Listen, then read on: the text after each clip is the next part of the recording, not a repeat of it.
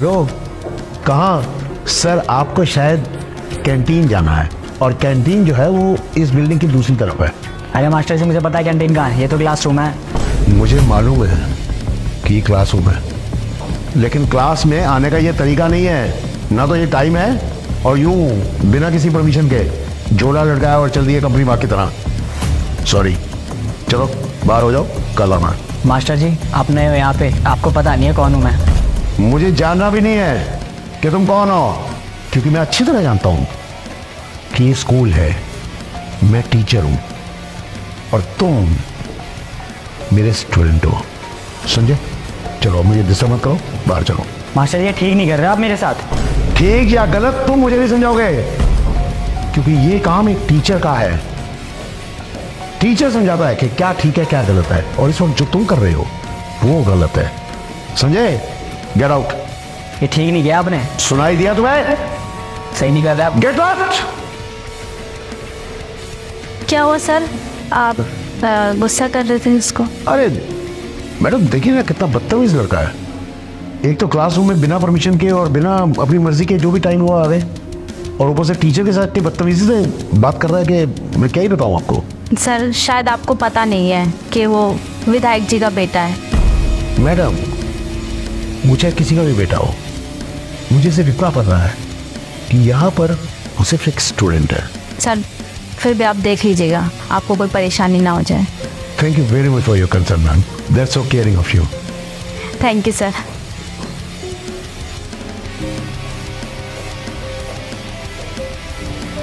तो मैं ये कह रहा था कि ये फॉर्मूला जो है ये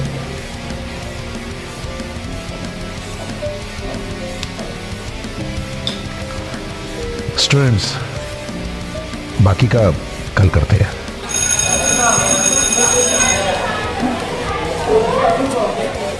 नमस्कार प्रिंसिपल साहब। अरे नमस्कार विधायक जी, आइए आइए। आपने आने की तकलीफ क्यों की? कुछ काम था तो मुझे फ़ोन पर बता दिया होता। अरे जब आप तकलीफ दोगे हमें आना तो पड़ेगा ही ना। ऐसा क्या हो गया विधायक जी, बताइए मुझे। कौन है वो टीचर? मनोज सर। कोई मनोज सर जी हैं क्या आपके यहाँ पे? हाँ जी, अभी न्यू ज्वाइन किया उन्होंने। बताइए क्या दिक्कत हुई? उनको बुलाओ एक बार। आप मुझे बता दीजिए, कोई प्रॉब्लम है तो मैं उन तक पहुँचा दूँगा। नहीं उनसे ही बात करेंगे। अच्छा ठीक है। मनोज सर को ज़रा मेरे ऑफिस में भेजना। मैंने बुलाया है, वो आते ही होंगे अभी। सर बुलाया मुझे आपने? हाँ जी सर, प्लीज़ आइए आइए। ये यहाँ के विधायक जी हैं, आप बैठिए, प्लीज़ हैव अ सीट।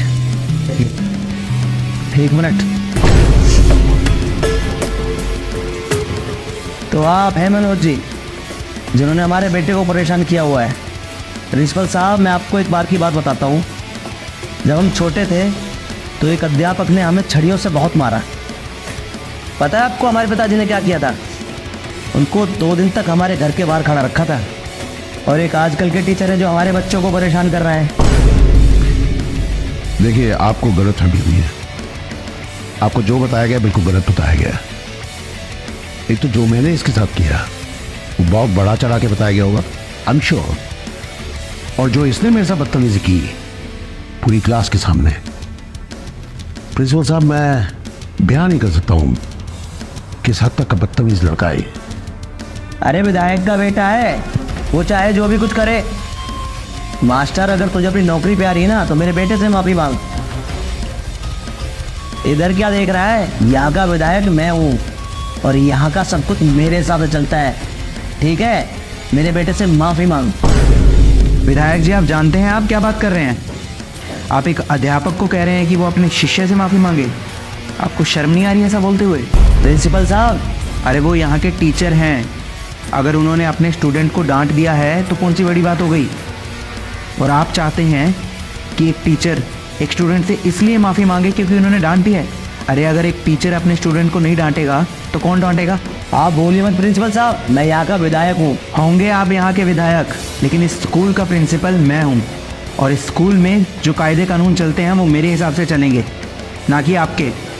और आप बड़े शौक से अपने पिताजी की कहानी सुना रहे थे ना। अरे अगर आपके पिताजी की जगह उस समय मैं होता ना तो आपके गाल पर 2 तमाचे खींच कर मारता। तो शायद आज ये जो शहर आपके करप्शन के किस्सों से भरा पड़ा है वो ना होता।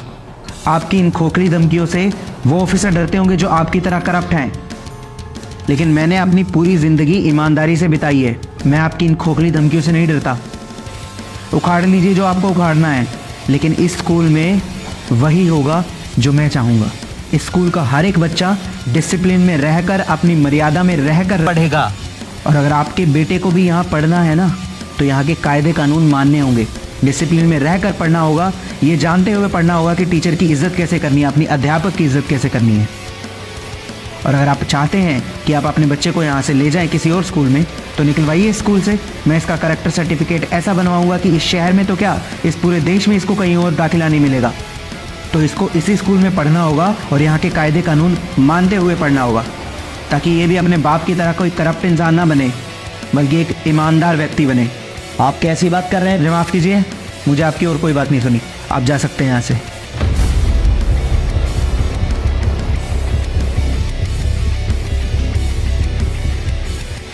Sir, thank you very much. आपका बहुत बहुत शुक्रिया सर। मुझे पूरी उम्मीद थी कि कम से कम आप मेरा साथ देंगे। कोई बात नहीं सर, ये तो मेरा फ़र्ज़ था। आखिर मैं भी तो एक टीचर हूँ। आज आपने एक टीचर होने के नाते एक टीचर की इज्जत रखी सर। बहुत बहुत शुक्रिया आपका। जी सर, धन्यवाद।